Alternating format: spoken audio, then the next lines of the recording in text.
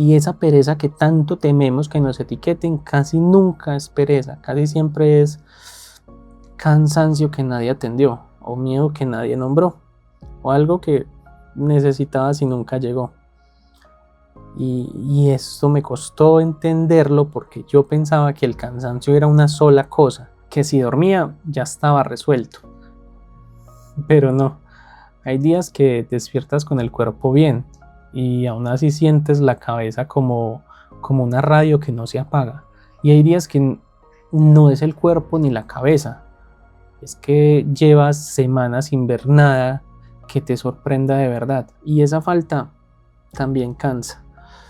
Tampoco es una sola cosa lo que te falta. A veces duermes 8 horas y sigues agotado, porque lo que te falta no es sueño, es silencio sin culpa.